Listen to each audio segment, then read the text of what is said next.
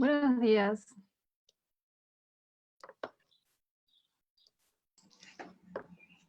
Buenos días. Buenos días. Hola, Verónica, buenos días. Tenemos algunos participantes todavía. Excelente. Bueno, todavía somos poquitos, esperamos un par de minutitos. ¿Sí? Ningún problema, Sí. Gracias.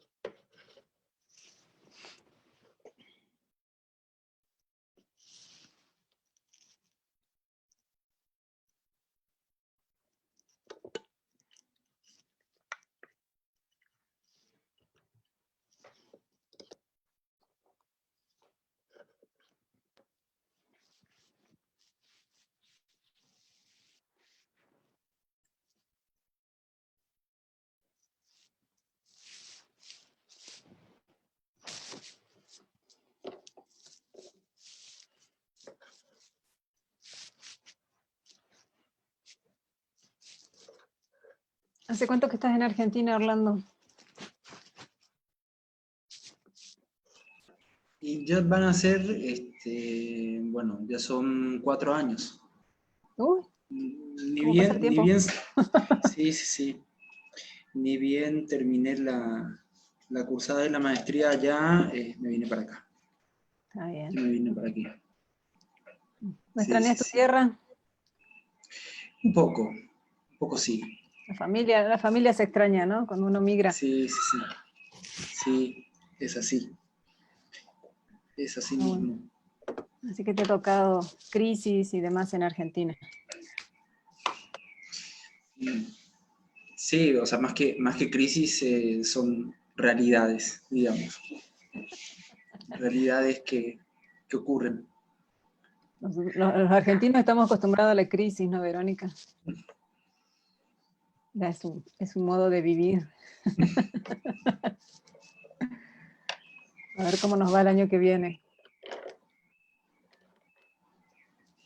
Es un Sí, estímulo sí. a la creatividad permanente. Nos hace unos sobrevivientes, sí, está bien. Sí. ¿Qué fue en 2010? En la crisis 2008 era.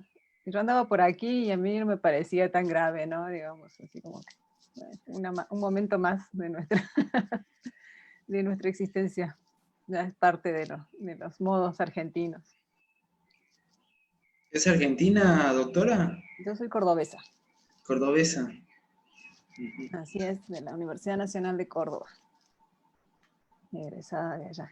Pero hace mucho que estoy aquí en México, aunque no se me quita el acento, pero ya desde 2003 me vine ahí ya a finales de la crisis, ¿no? De 2001 ya estaba mejorando un poco la cosa y me vine a hacer el doctorado aquí en México.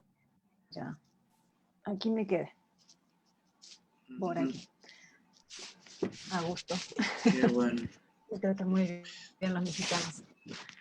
Muy bien, entonces, ¿les parece que comencemos? Tenemos una presentación de libros, un libro muy interesante. Entonces, los voy a presentar a ambos, si están de acuerdo, y luego Sí, sí. Orlando va a dirigirnos unas palabras con respecto a su trabajo, y nuestra comentarista va a ser la doctora Verónica Giordano. ¿Sí? Muy bien. Sí, sí. Entonces, bienvenidos a todos, buenos días. Estamos en la presentación del libro Neoliberalismo y Hermenéuticas de Derechos Humanos en México y Mercosur, un campo de batalla, de Peter Lang, Nueva York, 2020. El autor, Orlando Ignacio Aguirre Martínez, nació en Asunción, Paraguay, es candidato a doctor en Ciencias Sociales por la Universidad de Buenos Aires, Argentina, y sociólogo por la Universidad Católica Nuestra Señora de la Asunción, Paraguay. Fue ex becario del programa de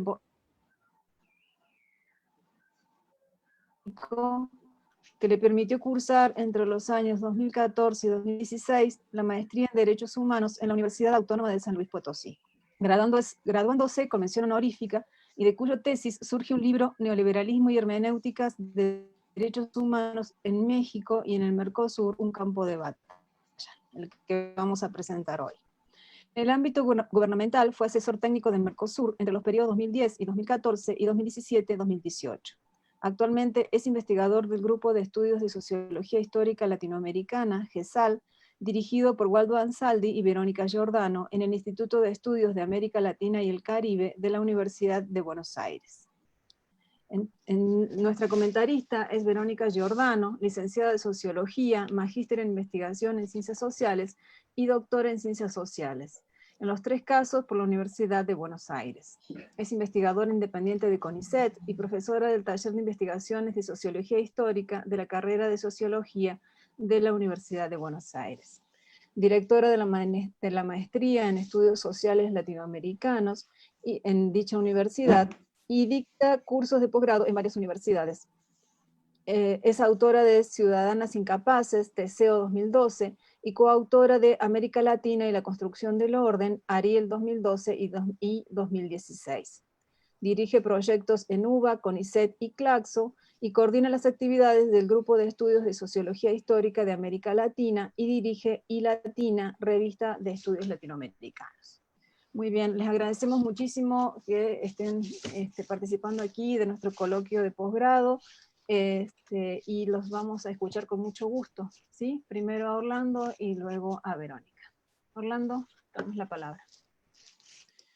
Bien, bueno, primero que nada, muchas gracias a todas y todos por la oportunidad, y es un gusto volver a ver y encontrarnos, al menos de forma virtual, con gente muy querida en San Luis Potosí, de donde tengo muy, muy lindos recuerdos, sobre todo de esta experiencia que fue el posgrado allá.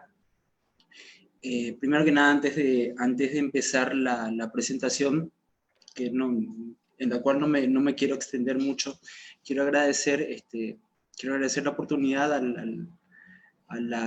primero a la Universidad Autónoma de San Luis Potosí, a la UASLP y a las dos facultades que dan origen a la maestría en Derechos Humanos que cursé, tanto a la Facultad de Derecho Ponciano Arriaga como a la Facultad de Ciencias Sociales de la UASLP, que me permitieron y me acobijaron en dos años muy ricos para mí, tanto en lo personal como en lo académico. Bueno, agradecer al cuerpo docente de ambas facultades, agradecer al doctor Alexander Betancourt, que fue mi director de tesis, que hoy no nos puede acompañar, pero que fue el que hizo posible esta presentación. Y también, bueno, agradecer a todos los colegas y a todos los compañeros y compañeras con los cuales compartimos dos años muy lindos allí. Así que gracias. Voy a compartir la pantalla con un breve PowerPoint, en donde quisiera dar algunos pantallazos generales del libro, y a partir de eso abrir el debate para los colegas y las colegas que hoy presentan sus avances de tesis. En primer lugar, la tesis de maestría tuvo como principal hilo conductor las instituciones. Sobre todo ver y entender a las instituciones como puntos de encuentro, como puntos de llegada de voluntades políticas, de construcciones hermenéuticas en función a los derechos humanos, que pueden tener diversos orígenes y diversas formas, dependiendo del origen institucional. Es decir, en el caso de las instituciones de derechos humanos, de las instituciones públicas o de la institucionalidad pública, siempre va a tener una tendencia a la protección o a la promoción de los derechos, que son conquistados desde y por las mayorías. Es un elemento muy, me parece muy particular que lo intenté desarrollar y demostrar tanto a lo largo de la tesis como a través del libro, que luego dio origen al libro. Y por otro lado, bueno, tenemos digamos, esta beta en la cual este ámbito en el cual también estoy empezando a trabajar ahora, que tiene que ver un poco con las instituciones privadas y el papel que cumplen las instituciones privadas en el marco de la política y en el marco de los derechos humanos, como para difundir derechos o como para incidir en hermenéuticas de derechos. Siempre mirando en esa relación Estado-gobierno. Entonces, en función de esto, el libro presenta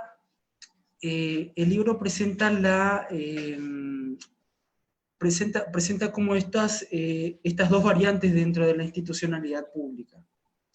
Por un lado, allí por fin logró presentar a grandes rasgos, bien ampliado. Por un lado, las instituciones nacionales gubernamentales, sean federales, sean estaduales, sean provinciales, que son construidas, son creadas en función de diálogos que pueden ser simétricos o asimétricos. Estos diálogos que se pueden dar con la sociedad civil, con los partidos políticos, con los grupos empresariales, con las empresas transnacionales, con los movimientos sociales, con los movimientos campesinos, indígenas, que pueden generar o que pueden enriquecer un debate en función de construir normativas nacionales donde están insertos determinados sujetos de derechos, y particularmente sujetos de derechos humanos. Y por otro lado, el diálogo público, el diálogo intergubernamental, internacional, que puede dar origen a la creación de instituciones o institutos de derechos humanos, como los casos que se abordan en el libro, que se dan dentro de una construcción simétrica o asimétrica, dependiendo de la correlación de fuerzas. Es decir, no es lo mismo un establecimiento, un diálogo mirando desde el cono sur entre Argentina y Brasil, que entre Brasil y Paraguay, o Brasil-Uruguay, o Argentina-Paraguay, o Argentina-Uruguay, donde se contemplan, digamos, aspectos de un diálogo más desigual por diversos factores económicos, factores políticos, factores energéticos, etc. Y que estos diálogos también terminan confluyendo o pesando a la hora de conformar institucionalidad pública de derechos humanos en el ámbito intergubernamental. Entonces, algo que se trabaja de una forma muy, muy particular a partir de un estudio de caso comparativo, o sea, se aborda una perspectiva comparada en el libro, una perspectiva comparada en clave institucional. Es decir, si analizamos las instituciones por sí solas, digamos, no tendríamos algún elemento comparativo que rescatar, pero si lo situamos y posicionamos en clave sociohistórica, a partir de coyunturas regionales e institucionales, sí encontramos como puntos de contacto que permiten realizar la comparación. Entonces, en estos términos, bueno, lo que se utilizó como punto de contacto para realizar la comparación fueron las coyunturas. Fue el peso de las coyunturas nacionales, internacionales y regionales que impactan o que inciden en la creación de los dos casos que estudié y que presenta el libro. Uno es el caso de la Comisión Estatal de Derechos Humanos del Distrito Federal, y el otro es el caso del Instituto de Políticas Públicas en Derechos Humanos del Mercosur, que tiene sede en Buenos Aires, en Argentina. La primera en México, la segunda en Argentina. Y lo que se estudió, lo que bien se presenta en la obra, es un poco el resaltado de estos tres grandes ejes que están interconectados e interrelacionados a lo largo de los 5 capítulos que tiene el libro.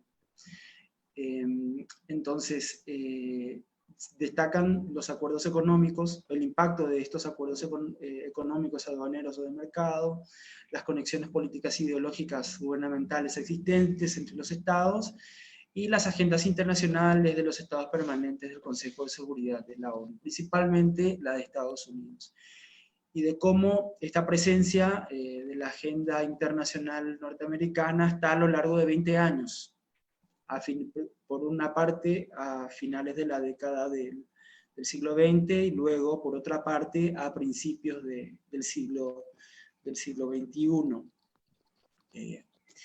Entonces, en función de esto, hay como tres grandes hitos que marcan esos, lo que hace el libro es presentar como una síntesis de estos tres grandes hitos y de cómo estos hitos terminan impactando en la creación institucional, en la conformación de institucionalidad de derechos humanos en ambos lugares de América Latina, en ambos hemisferios de América Latina.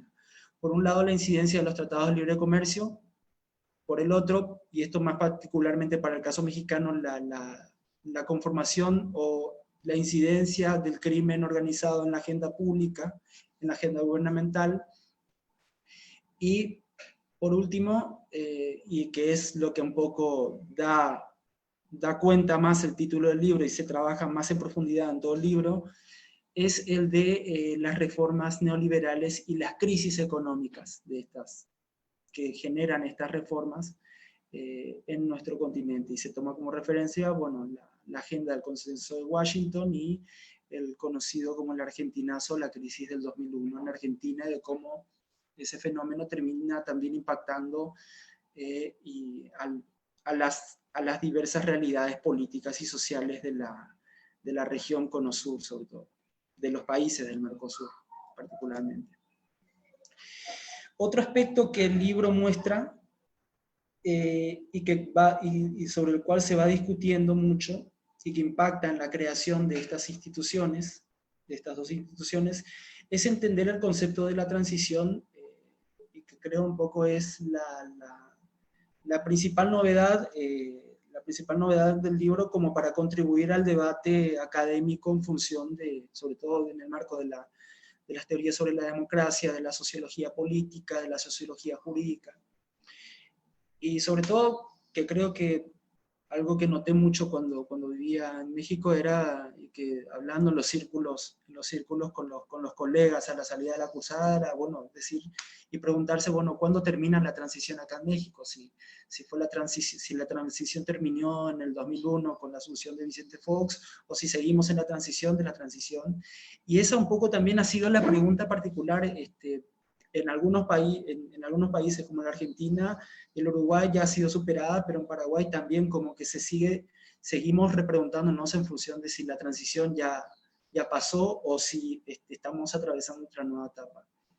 Entonces esas discusiones a partir de la investigación que da origen al libro también están volcadas aquí, también están presentes sobre todo para analizar y entender las hermenéuticas de derechos humanos que originan la creación de estos dos institutos, para entender sobre todo la transición como dos instancias.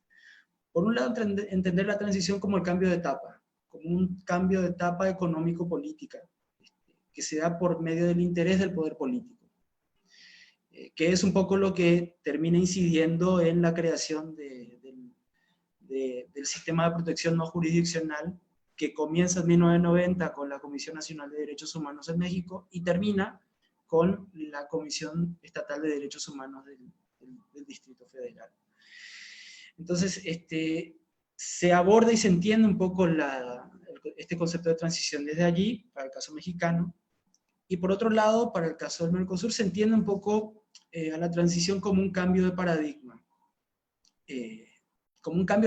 político, a través de la memoria del pasado autoritario de las dictaduras del Cono Sur. Por lo cual, bueno, ahí el sentido o al menos el principal hito que marca o sobre el cual yo me baso para sostener esto en el caso del Cono Sur y de lo que impacta en la creación del Instituto de Políticas Públicas de Derechos Humanos del Mercosur, es el hito de la cuarta cumbre de las Américas del año 2005, en el cual se le pone freno a la conformación del área de libre comercio de las Américas, conocida por el ALCA, que fue principalmente empujada por los Estados Unidos, particularmente por el gobierno de George W. Bush, y que por una sucesión de eventos y una sucesión de alianzas conectadas con la afinidad ideológica, termina siendo frenada en esa cumbre. Tanto adentro del recinto de sesiones donde los presidentes discutían, digamos, el establecimiento del ALCA, como afuera del recinto presidencial o del recinto de conferencias. Porque en esos tiempos lo que bien se muestra un poco es una serie de movilizaciones empujada por movimientos sociales, mayoritariamente, en el cual también terminaron desequilibrando la balanza hacia un sector e impidiendo el establecimiento de este acuerdo económico, de este Tratado de Libre Comercio, que, como bien se trabaja en el libro, era como el punto de era como la última etapa o la última instancia de de una gran estrategia neoliberal que había arrancado ya desde los años 90.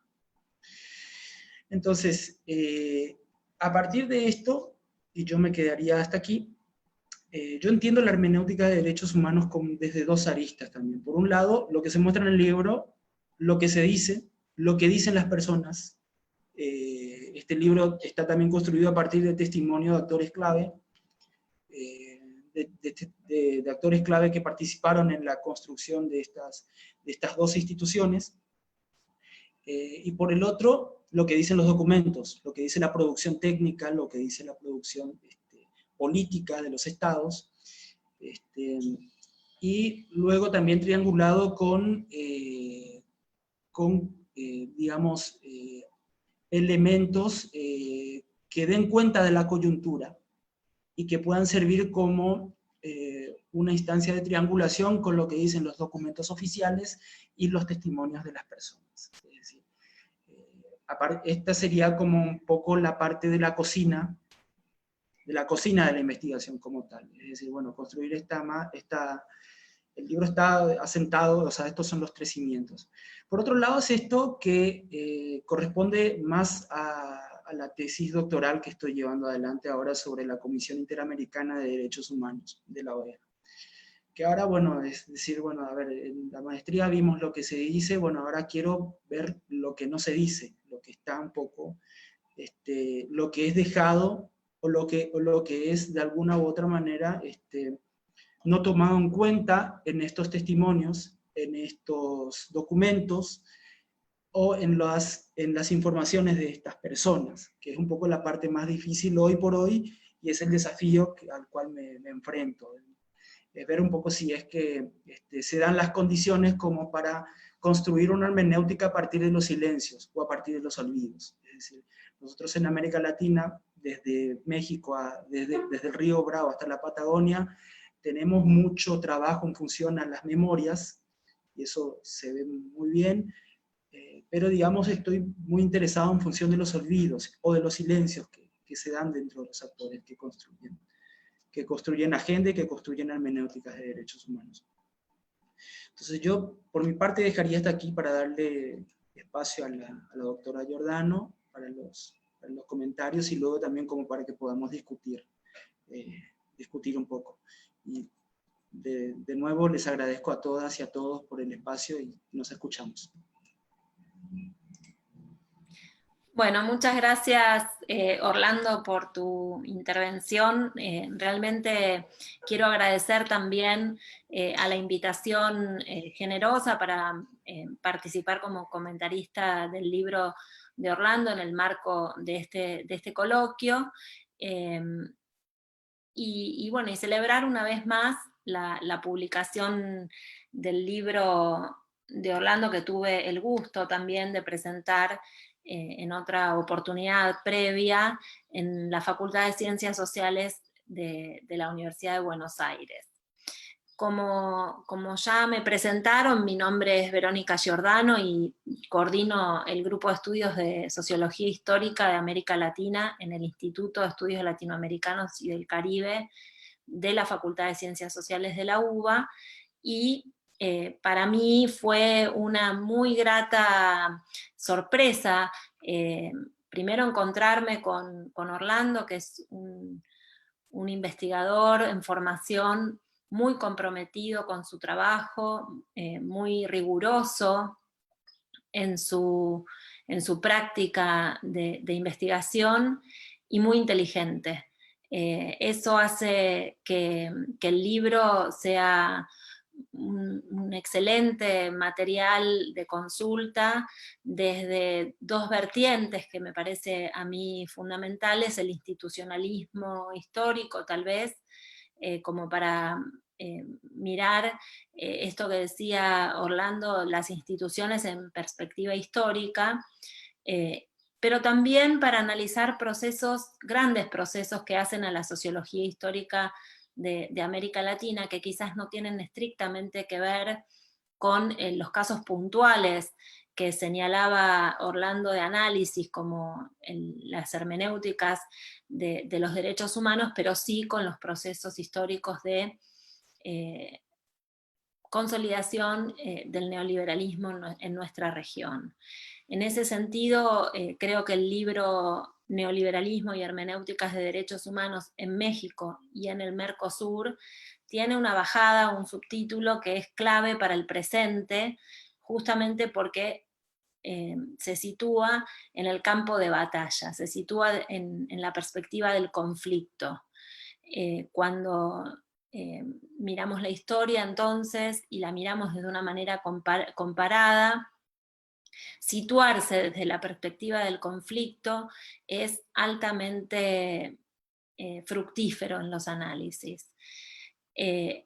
Sobre todo quiero señalar entonces este punto por la relación que hay entre el pasado reciente que analiza Orlando y el presente de América Latina. Este es otro de los aciertos del libro, poder poner en debate un tema que hace al pasado, en este caso el pasado reciente, pero que tiene absoluta relevancia política y social en la coyuntura actual, donde los derechos humanos, en efecto, después del giro a la derecha en la región, son un campo de batalla, donde ya hemos visto en Argentina, donde el proceso de lucha por la memoria, el juicio y el castigo a los genocidas de la última dictadura ha sido un proceso ejemplar, si uno lo contrasta con el resto de los países de la región. Es llamativo también que sea ejemplar el modo en el que ciertos grupos de la derecha argentina, incluso de jóvenes que se podrían inscribir en ese lugar del arco político, reclaman para los genocidas la aplicación del mismo estándar de proceso debido, proceso justo para los perpetradores de crímenes de lesa humanidad. Tengo el placer de dirigir una tesis de doctorado de Analía Goldenthal, que también forma parte del grupo de estudios de sociología histórica que coordino, donde justamente analiza las agrupaciones de hijos de perpetradores de crímenes de lesa humanidad durante la última dictadura y el modo en el que estos grupos de jóvenes reclaman bajo el Estatuto de Derechos Humanos el debido proceso para sus padres procesados. Entonces me parece que en ese sentido el libro de Orlando engarza con un problema que desde Argentina es clave para entender y para avisorar y para conducir el proceso democrático en nuestro país, pero entiendo también que tiene su relevancia, su eco en otros espacios de la región. Entonces, ese creo es uno de los puntos que me gustaría señalar en primer término como un punto que metodológicamente, ya que estamos en un coloquio donde la gente presenta sus avances de tesis, poder preguntarse cuál es la relación entre el objeto de estudio y el presente, permite alumbrar aspectos del propio objeto que de otro modo pasarían inadvertidos. En segundo lugar, quisiera subrayar como punto fuerte del libro, de la investigación de Orlando, la comparación entre dos espacios que habitualmente no son recorridos de manera comparativa, como es el México y el espacio del Mercosur. Por dos razones, porque está comparando por un lado un país y por el otro lado una institución de integración regional, es decir, un conjunto de países o una instancia supranacional, lo cual hace a la comparación algo audaz, y por el otro lado porque son dos espacios que han tenido historias o han sido clasificados en la historia reciente de manera muy diversa, o yo diría hasta separada. Efectivamente, lo que señalaba recién Orlando de la transición es un hecho. Cuando nos referimos a las transiciones a la democracia en América Latina, inmediatamente pensamos en el Cono Sur, en la transición de gobiernos de dictadura a gobiernos democráticos, pero no debemos olvidar algo que con Waldo Ansaldi en nuestro libro América Latina, la construcción del orden, nos hemos empeñado en poner de manifiesto la mirada de conjunto, el hecho de que si bien países como México, Colombia o Venezuela no tuvieron dictaduras institucionales de las Fuerzas Armadas durante los años 60 y 70, eso no significa que no hayan formado parte de este proceso de vinculación con Estados Unidos, de adopción de la doctrina de seguridad nacional como política de persecución del enemigo interno. La plaza de Tlatelolco entonces es un ícono de este elemento de persecución del movimiento obrero, de las clases trabajadoras, de los sectores vinculados a imaginarios militancias de izquierda, que bajo el argumento de doctrina de seguridad nacional se los ha perseguido. Entonces ahí hay un punto de reunión entre dos espacios que en la historiografía no son considerados en conjunto, como es la transición a la democracia desde gobiernos dictatoriales y la transición a la democracia desde gobiernos formalmente democráticos, con características muy particulares, ¿no? El partido único en México, o la alternancia obligada entre liberales y conservadores, digo obligada, más que obligada, es inscripta en la Constitución por un pacto de las cúpulas partidarias que hizo que ciertos investigadores denominaran a la democracia colombiana dicta blanda. Y lo mismo podría decirse de Venezuela. Ahí hay entonces otro acierto, creo yo, del libro que nos permite abrir fronteras de interrogaciones, que es en definitiva lo que toda buena tesis y toda buena investigación debe hacer. Siempre me gusta subrayar que más allá de la importancia de los hallazgos y de las respuestas que uno encuentra para las preguntas que se hace, una buena tesis es aquella que deja en el umbral de su última página una cantidad de preguntas a ser consideradas posteriormente, ya sea por el propio investigador. En este caso Orlando ya nos contó cómo es que él imagina el recorrido posterior de estos argumentos en una tesis de doctorado, pero también otros y otras investigadores que se acerquen al libro y que encuentren en él interrogantes que valga la pena plantearse y buscarle respuesta. En tercer lugar, me gustaría también subrayar como un acierto del libro, situarse en el México de Salinas de Gortari. Hace un tiempo vengo trabajando en mis cursos de posgrado con una unidad temática en los programas de los cursos que doy, que aborda la realidad latinoamericana en torno al año 1989. El año 1989 es un año crucial para el mundo, a nivel global, digo, la caída del muro de Berlín y el bicentenario de la Revolución Francesa marcan, creo yo, simbólicamente un proceso de redireccionamiento de la atención de la política y la academia desde los procesos revolucionarios hacia los procesos democráticos.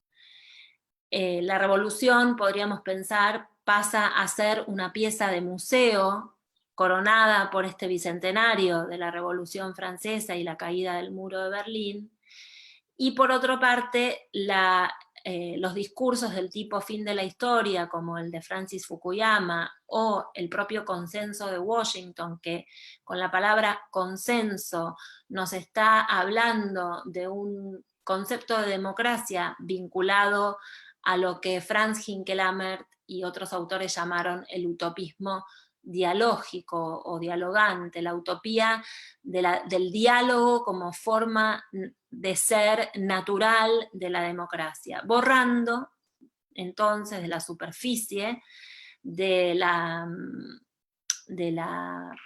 preguntas la noción de conflicto, que como dije antes es el punto de vista desde el cual se sitúa Orlando y trae en el libro una serie de argumentos que permiten mirar a través del cristal del conflicto una realidad latinoamericana sumamente interesante, como es estos dos momentos del neoliberalismo, el momento de la instalación hacia 1989-1990 en México, y la primera gran impugnación al neoliberalismo, que fueron los gobiernos que podríamos denominar, entre comillas, progresistas. Sabemos que bajo esta categoría se encierran experiencias de muy diversas características, que podemos englobar, como están englobadas en el libro, bajo la experiencia del Mercosur, pero que tienen fuertes diferencias internas. Y entonces ahí este tercer punto que marcaba de importancia del libro para mí es justamente situar una comparación entre el momento de 1989 y el momento del 2005-2009, porque esto tiene, reitero una vez más, crucial importancia para entender un fenómeno muy actual como es el de las nuevas derechas. En algún artículo que escribí hace unos años yo decía que el término nuevas derechas es correcto si uno se pregunta nuevas respecto de qué pasado, ¿no? Todos los prefijos que estamos acostumbrados a usar en la academia y que Sartori de algún modo lo sanciona o advierte el peligro de su mala utilización cuando habla del estiramiento de conceptos o del gradualismo, son en efecto riesgosos de utilizar, y en particular el prefijo neo o estas características o esta adjetivación, perdón, del concepto derechas, nuevas derechas respecto de qué pasado. Bueno, el pasado en el cual tenemos que contrastar a estas derechas, el pasado más inmediato de estas derechas actuales, es el momento 2005-2009, 1990-1993, como toma Orlando en su libro. Dos momentos diferentes de la historia del neoliberalismo en América Latina, pero que sin duda son claves para entender la raíz histórica de estas derechas que hoy arrecian en buena parte de la región. Si no miramos el año 2005 en Argentina, no podemos entender el triunfo ajustado, pero triunfo al fin, de Mauricio Macri en las elecciones de 2015. Si nosotros no miramos el año 1990, en Chile, por ejemplo, o en Paraguay, no podemos entender la realidad actual chilena y paraguaya con gobiernos como los de Sebastián Piñera o Horacio Cartes y Mario Abdo en Paraguay. Entonces ahí, creo yo, hay otro elemento importante que nos trae el libro y que tiene una relevancia crucial para entender el presente. Por último, me gustaría señalar que hay en el libro de Orlando un profundo conocimiento de la historia. Esto es algo poco común, es decir, que cuando uno inicia un recorrido comparativo como el que propone Orlando, ese recorrido termina siendo original cuando es capaz de reponer la historia de los países, cuando no se queda en un análisis comparativo de las formas, sino de los contenidos históricos de los procesos. No son comparaciones superficiales las que trae el libro de Orlando, sino que son comparaciones que dan cuenta de un profundo conocimiento previo de la historia de estos países como para poder elegir las variables claves, las coyunturas claves. En este sentido, desde el punto de vista metodológico, cuando uno se propone un análisis comparativo de coyunturas, es imposible decidir cuáles son las coyunturas claves para comparar si antes no se tiene en cuenta o no se conoce en profundidad la historia de los procesos históricos que atraviesan a los objetos de estudio, que pueden ser estados nacionales o no. El gran acierto, lo digo una vez más, del libro de Orlando, es no comparar estados-nación, sino llevar la comparación a otro plano y comparar, por un lado, una experiencia nacional como la de México y por otro lado, una experiencia de integración, si se quiere, supranacional, como es el Mercosur.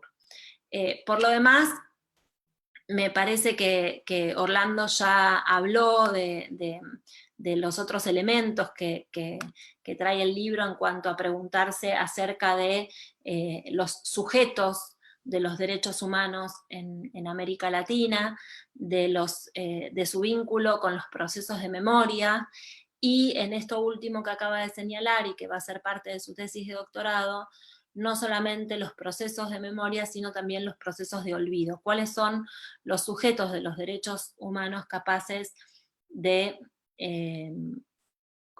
correr el límite, las fronteras de la definición de esta esfera de derechos en un sentido emancipatorio, en un sentido democratizante, en un sentido de igualdad social? Bueno, pienso que puedo dejar acá mi comentario y en todo caso quedar atenta a si hay preguntas y algún posible intercambio a partir de lo dicho. Muchas gracias. Muchas gracias, Verónica.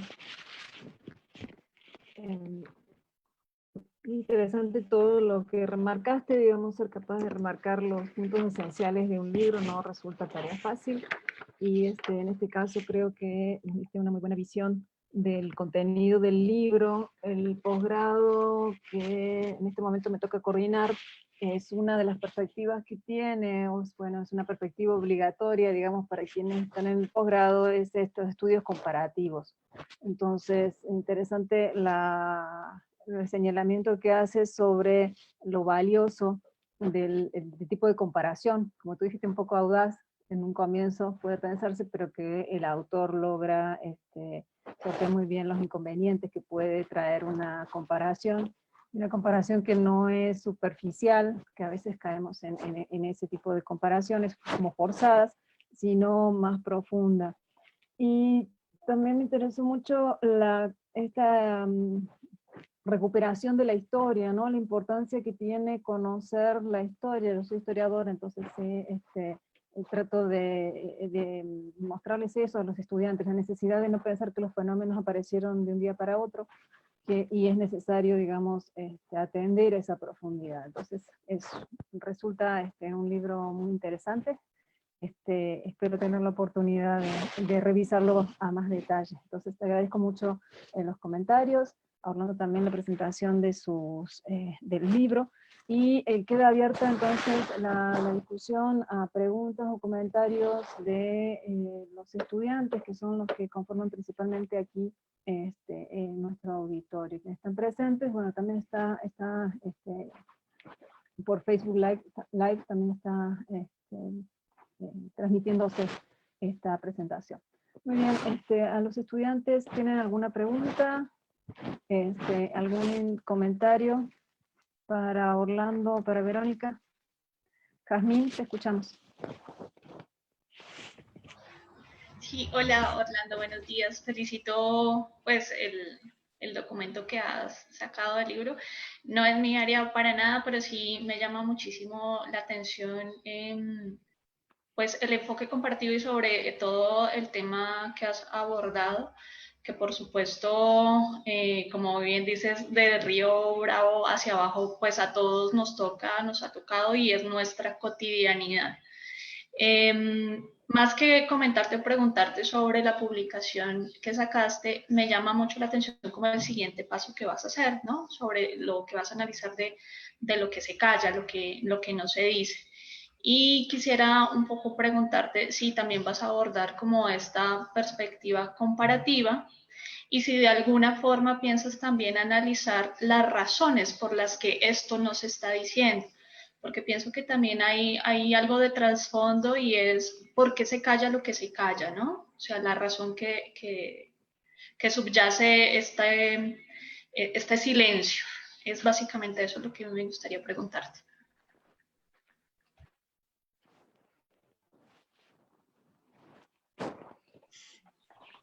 Bien, gracias Jazmín por la pregunta. No sé si les parece juntar algunas preguntas o algunos comentarios como para hacerlo más interactivo.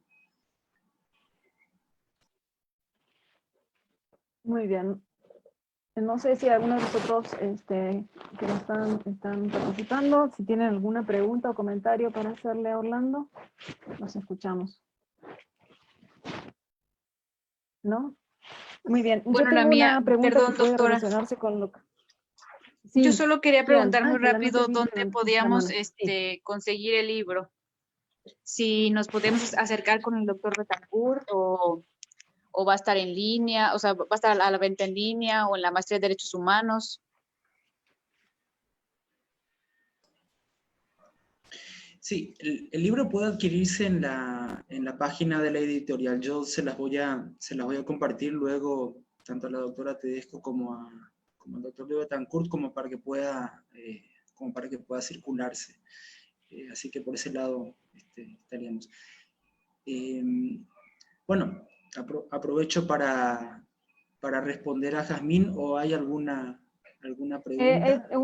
Yo puedo, digamos, Orlando, la pregunta mía tiene relación con lo que te dice Jazmín. Entonces, en esto también me llamó la atención esta propuesta de lo que dicen que ya revisaste y lo que no dicen. Entonces mi pregunta es, ¿qué metodología utilizas para revisar estos testimonios de personas importantes o, digamos, de las mismas instituciones? ¿Cuáles, digamos, tus fuentes? Y qué metodología vas a aplicar para eso. Creo que tiene que ver con también la pregunta de Jazmín, ¿no? La curiosidad. ¿Sí? Bien. ¿Alguien más? Parece que no. Bien. Sí, adelante, Bueno, Orlando. Bien, la idea un poco, voy a empezar de atrás como para adelante. El planteamiento que hace Jazmín, creo que las respuestas a esas razones creo que van a ir apareciendo o van apareciendo conforme se va como tejiendo la arquitectura del trabajo.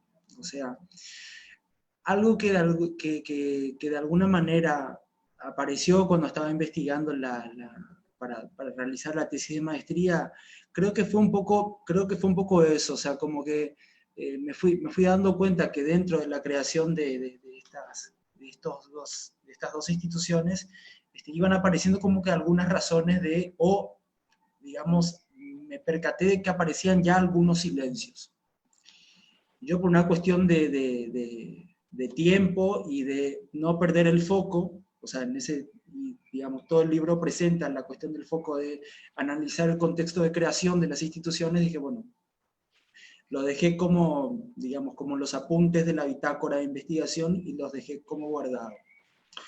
Entonces, eso después se va convirtiendo en una hipótesis que después se transforma y la busco retomar un poco en la tesis doctoral, que el sentido de la investigación ahí gira un poco en torno a hacer un análisis de discurso, pero más extenso.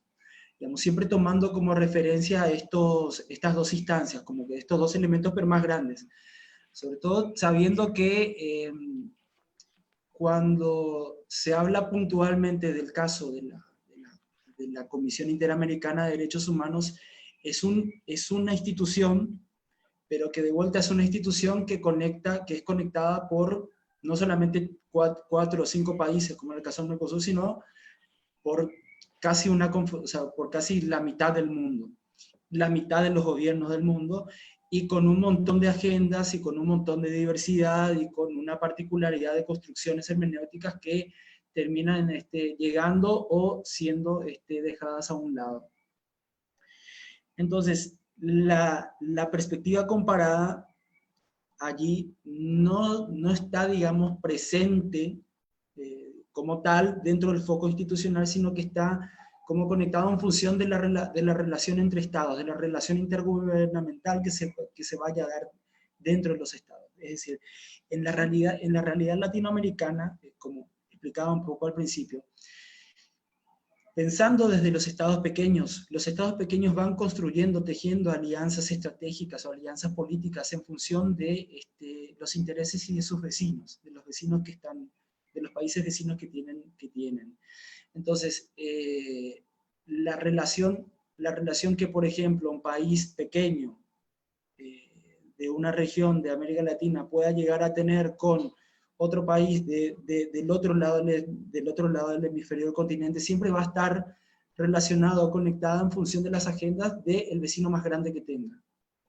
Yo lo pienso dentro del caso paraguayo, es decir, el análisis o la relación que Paraguay pueda llegar a tener con México siempre está de alguna u otra manera conectada, la relación, digo, diplomática, pensando en términos diplomáticos. La relación diplomática siempre va a estar un poco conectada en función de la agenda que también el bloque Mercosur vaya a tener también, en función de las realidades políticas y económicas.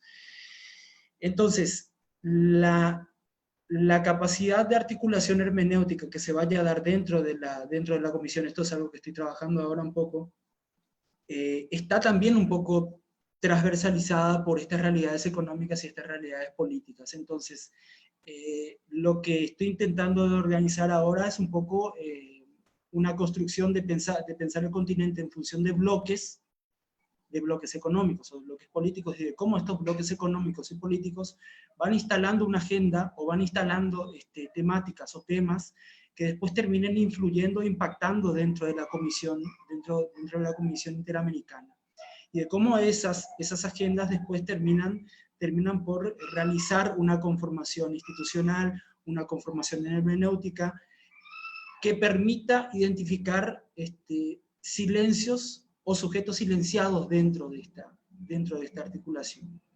Y de siempre volver a lo histórico, es decir, en esta ocasión no me concentro, ya no me estoy concentrando en la historia reciente, sino estoy tratando de ir un poco hacia las décadas de los 60 y de los 70. Es decir, ir un poco hacia el origen del sistema interamericano de derechos humanos, ir hacia el origen y al contexto de creación, replicando un poco el trabajo de la maestría, pero ampliando la noción de lo que se fue dejando de lado en ese momento. Y a partir de allí ver y entender por qué, por qué tenemos esta arquitectura hermenéutica de derechos humanos hoy, por qué, digamos, hay una supremacía del sujeto individual de los derechos humanos que es compatible con el actual enfoque de mercado que se está construyendo en función de los derechos humanos, y de todas las arquitecturas empresariales de derechos humanos que las mismas empresas, que las grandes empresas transnacionales van construyendo, y que también estas agendas empresariales terminan llegando al Estado. Y que a su vez, bueno, o sea, el Estado va modificando o va reconstruyendo o rearmando, digamos, las arquitecturas normativas sobre los derechos humanos. Entonces, a partir de eso un poco, no sé si logré captar o logré responder a las preguntas, pero un poco la noción del trabajo actual gira en torno a esto, gira en torno a amplificar, digamos, la metodología que realicé en la maestría, que da origen al libro, y que ahora, bueno, o sea, es como en una... lo que trato de hacer un poco, y retomando a las conversaciones que teníamos en la maestría, sobre todo con el doctor José Domingo Carrillo, aquí también, o sea, lo recuerdo muy bien, era decir, bueno, o sea, en la tesis de doctorado uno tiene que ponerse los guantes y salir. Bueno, la idea un poco es, con el trabajo, con la Comisión Interamericana, es hacer eso, es ponerse los guantes y salir, o sea, amplificar la metodología.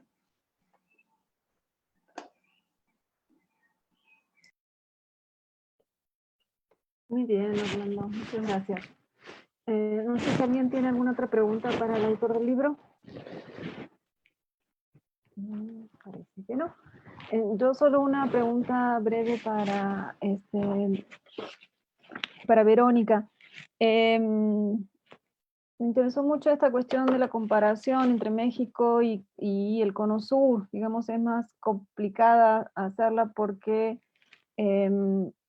no tenemos suficientes elementos de conocimiento con el Mercosur, ¿no? En nuestros programas no tenemos materias dedicadas al Mercosur, al Cono Sur, y además es un poquito tocarlas a veces, no de manera muy profunda.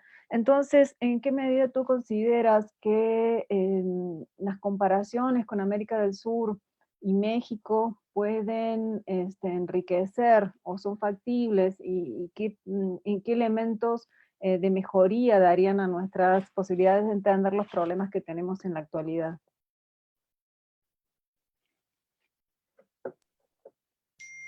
Sí, efectivamente no hay muchos trabajos que abonen esas miradas de conjunto, que nos permitan generar tradiciones de investigación sobre estos dos espacios de América Latina. Sin embargo, a mí me parece que es fundamental insistir en que haya ese tipo de recorridos en la maestría en estudios latinoamericanos, maestría en estudios sociales latinoamericanos que dirijo en la Facultad de Ciencias Sociales de la UBA. También tenemos, como ustedes, una consigna de obligatoriedad de utilizar la comparación. En aquellos casos en los que los estudiantes quieren abordar el propio país. Tenemos en la maestría muchos estudiantes de otros países de América Latina que vienen a Buenos Aires, venían, ahora con la pandemia está un poco suspendido el asunto, pero vienen a Buenos Aires a estudiar, y justamente desde su creación la maestría promueve estudios latinoamericanos, entender América Latina para América Latina, y para latinoamericanizar nuestro pensamiento tenemos que salir de los espacios que nos son propios. Entonces, a aquellos estudiantes, a aquellas estudiantes que quieren estudiar el propio país de origen, les pedimos que lo hagan en clave comparativa, para poder así salirse de esas zonas de confort donde los conceptos son conceptos que están a mano, que nos quedan relativamente cómodos, y un poco dislocar ese pensamiento y llevarlo, como hizo Orlando, a un cruce entre Mercosur y México, donde nos permite ver, en este caso, cuando comparamos situaciones tan poco abordadas o a priori tan diferentes, nos permiten ver características en común. Así fue que del grupo de Sociología Histórica de América Latina surgieron investigaciones que han sido trascendentales. Puedo citar el caso de Julieta Rostica, que a partir del estudio de la colaboración de los militares argentinos con los militares guatemaltecos, terminó testimoniando como perito en los juicios de lesa humanidad de Guatemala por haber mostrado la conexión que ha habido en el Plan Cóndor entre ambos países.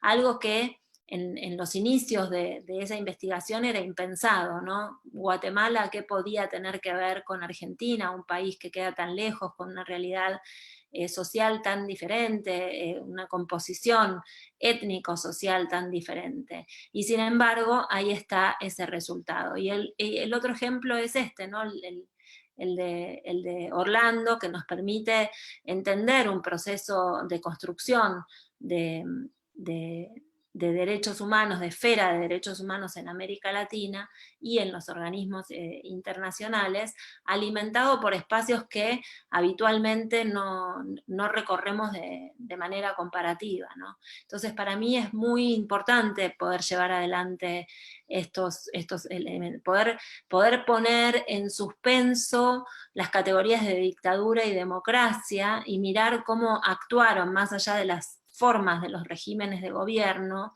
determinadas fuerzas que tienen un alcance regional, un alcance global, y que han dejado una impronta muy, muy fuerte en nuestros países, muy fuerte y en común, ¿no? Así que me parece muy acertado que alentemos las miradas comparativas.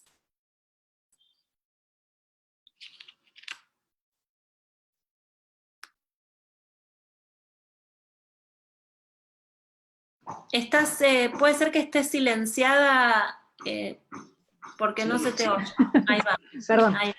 solo le pedía a Orlando si nos podía dar unas palabras de cierre. Lamentablemente tenemos que pasar a las mesas, sí, porque esta cuestión de estar conectados hace como muy estrictos los horarios.